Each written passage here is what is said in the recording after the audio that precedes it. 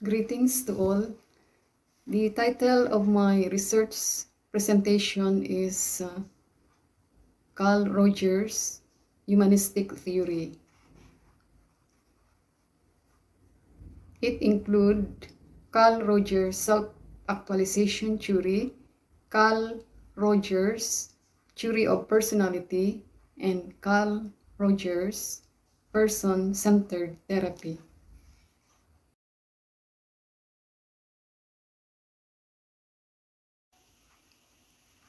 Carl Rogers' Humanistic Theory. Let us have a short biography. Carl Rogers, 1902 to 1987, was an American psychologist, researcher, and author who founded the humanistic approach to psychology. He was born 1902 in Illinois, was brought up in an educated, conservative family, and he was the fourth of 6 children. His father worked as a civil engineer.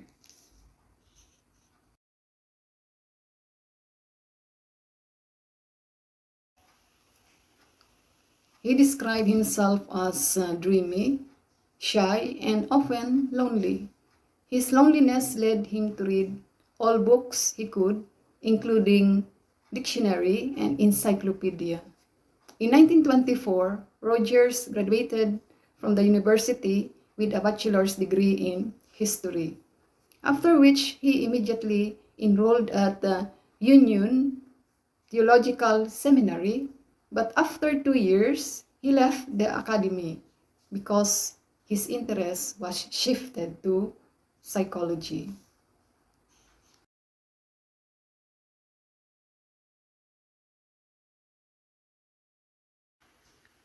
He and his wife moved to New York City, and the couple had 2 children. In 1928, he earned his master's degree. In 1930, he became the director of the Society for the Prevention of Cruelty to Children in New York. In 1931, he acquired his PhD in clinical psychology from Columbia University's Teachers College.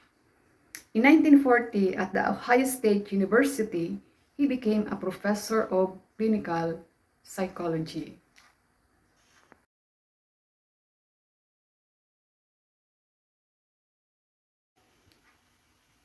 In 1947, at the University of Chicago, he accepted the position as the executive secretary of the Counseling Center and as a professor in psychology. In 1957 until 1964, he worked as a professor of psychiatry and psychology at the University of Wisconsin. In 1987, he fell, which resulted in a pelvic fracture, and his health deteriorated. During the last year of his life, he was nominated for the Nobel Peace Prize. He died at the age of 85.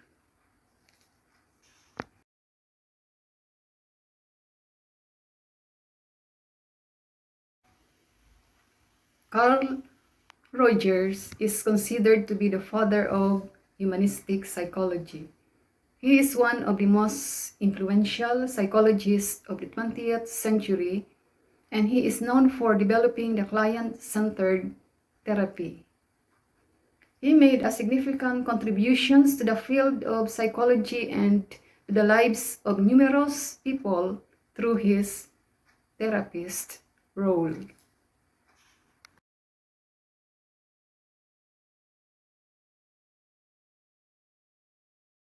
Carl Rogers emphasized the concept of free will, the capacity to make a choice, when he formed the humanistic theory.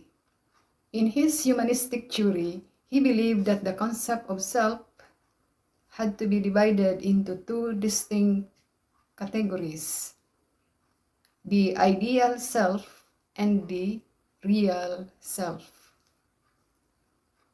The ideal self is the person that you would like to be in the future, and the real self is the person at the present moment.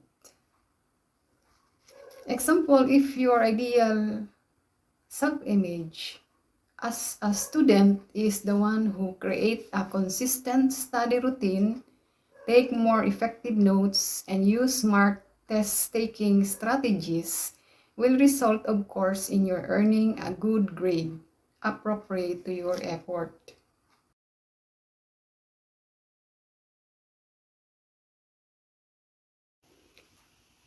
Rogers considered the compatibility between the two concepts of self to achieve balance.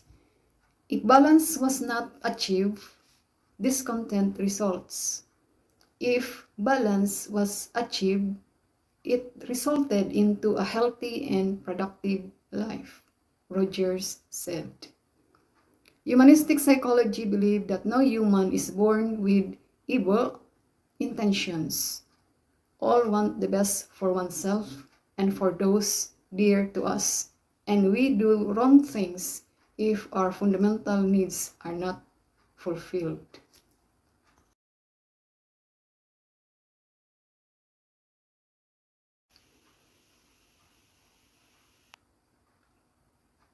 My second topic will be Carl Rogers' self-actualization theory. Carl Rogers supported the views of Abraham Maslow. When people achieve their wishes, desires, and goals at all stages of their lives, that person reach self-actualization level. Rogers noted that self-actualization deals with three areas: self-image, ideal self, and self-worth.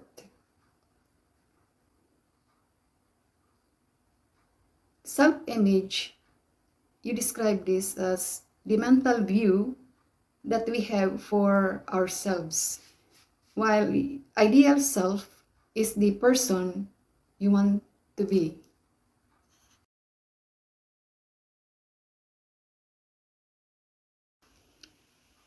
Self-worth, on the other hand, is described as unconditional and conditional to cope the challenges in life and at times tolerate sadness and failures.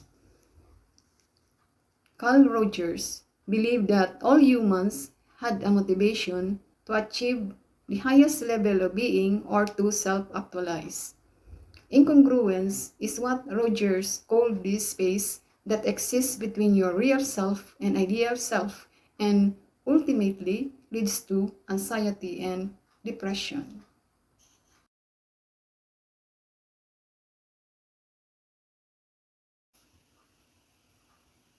Let us continue. On the contrary, congruence, as defined by Rogers, as an acceptance of the self, both positive and negative, towards self-actualization. Thus, it is an important step.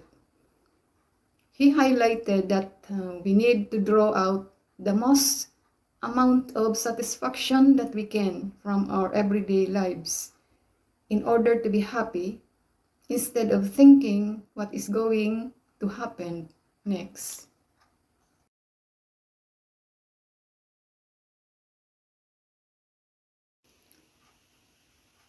In words, Rogers said, "People are just as wonderful as sunsets if you let them be. When I look at the sunset, I don't find myself saying, 'Soften the orange a bit on the right hand corner.' I don't try to control a sunset. I watch with awe as it unfolds."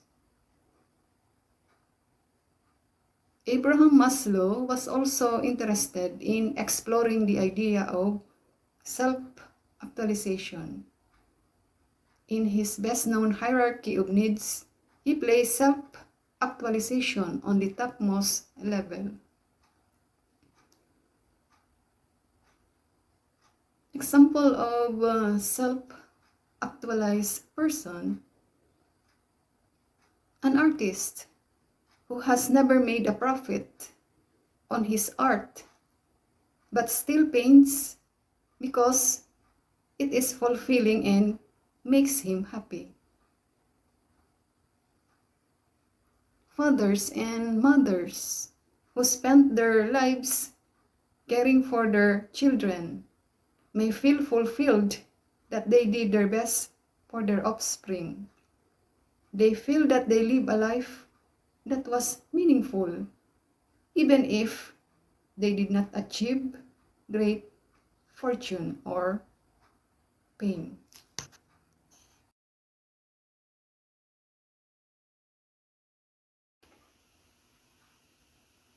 The third topic will be Carl Rogers' theory of personality.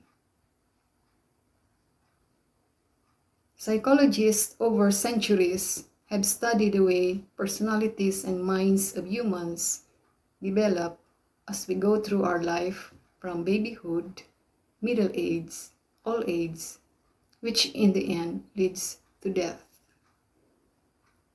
Rogers pointed out that individual is needed to be surrounded by a genuine accepting environment in order for the person to grow.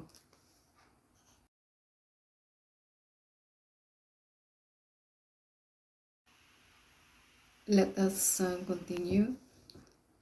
Rogers focused on the unique characteristics on each individual's potential, not as something that can be altered by science for individual growth. And he affirmed that childhood stage played an important role in forming youth personality. Furthermore, Rogers emphasized that the personality of an individual is developed according to the way in which he or she manages to get closer to his/her goals in life.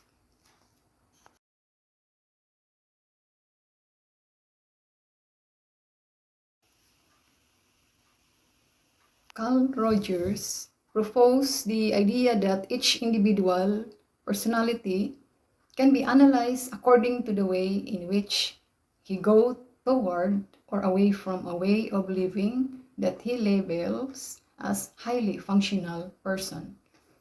And Rogers highlighted the 5 characteristics of highly functional person. Letter A, openness to experience.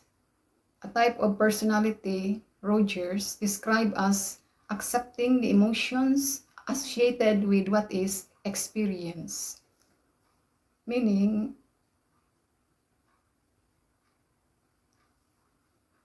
you are an open-minded person. People are open-minded if they are curious to hear what others think. When they are wrong, they don't get angry and they are humble about their expertise and knowledge.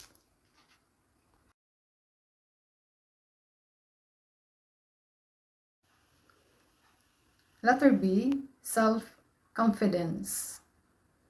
Rogers stressed that no one knows you better than yourself, and the belief that you can do things well and feeling sure of your abilities. What is self-confidence?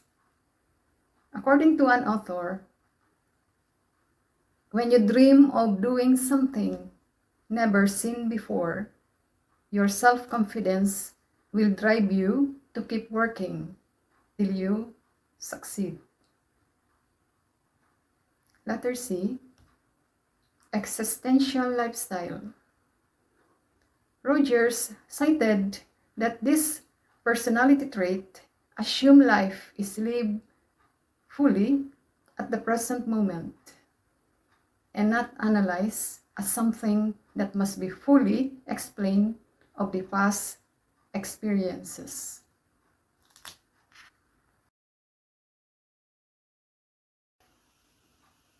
Let us continue. Letter D, creative. Carl Rogers considered the ability to make into existence something new, whether a new artistic object, new device, or new solution to problem. How can you be a creative person? For example, as a student, you solve a difficult problem in calculus on the board,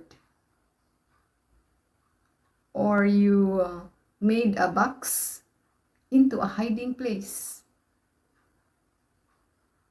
or you were to make new flower arrangements, or you were able to paint a beautiful view.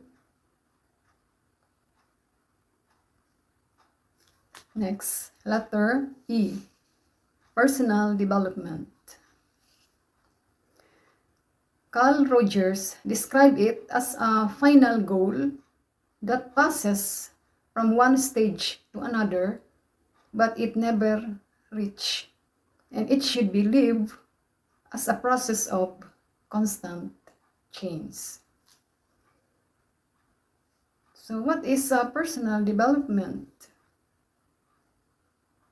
Example of this one is your self-care activities, or you set yourself goals, or you develop your skills. So you read to increase your knowledge, and of course you manage stress. So how do you manage stress? So common example is you relax your muscles. How do you relax your muscles? Sometimes you do deep breathing, or at work you slow down, or you take a break.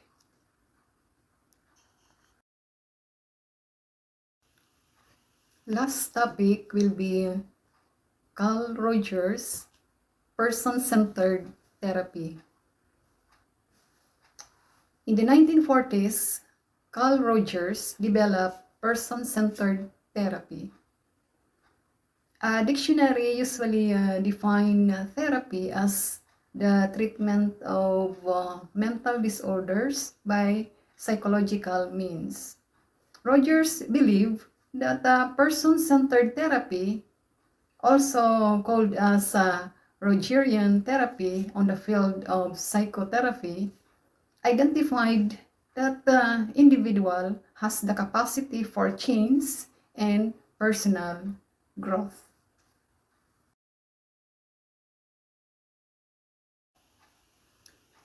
As Rogers explained in the person-centered therapy, the term client was used instead of patient to evade signifying that the person seeking therapy was sick. The client decided what was to be discussed.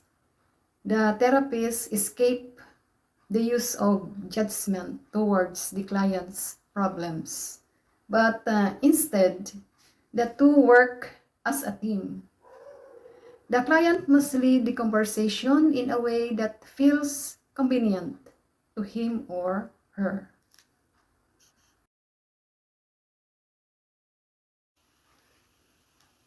The client should be open to talk about experiences, both bad or good. This therapy can be performed face-to-face or by group. According to Carl Rogers, the key components of the Rogerian therapy were letter A, empathy, letter B, unconditional positive regard, and letter C, congruence. So letter A, empathy, means the therapist should have the ability to understand the thoughts and feelings of their client. Or the therapist should feel others' physical and emotional pain as if it's their own.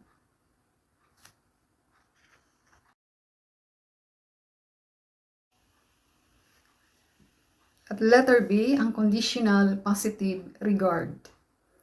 Roger described this as the basic support and acceptance of the person, no matter what the client did or said. And letter C, congruence. This implies that the therapist was open, real, and authentic during his/her interactions with the client.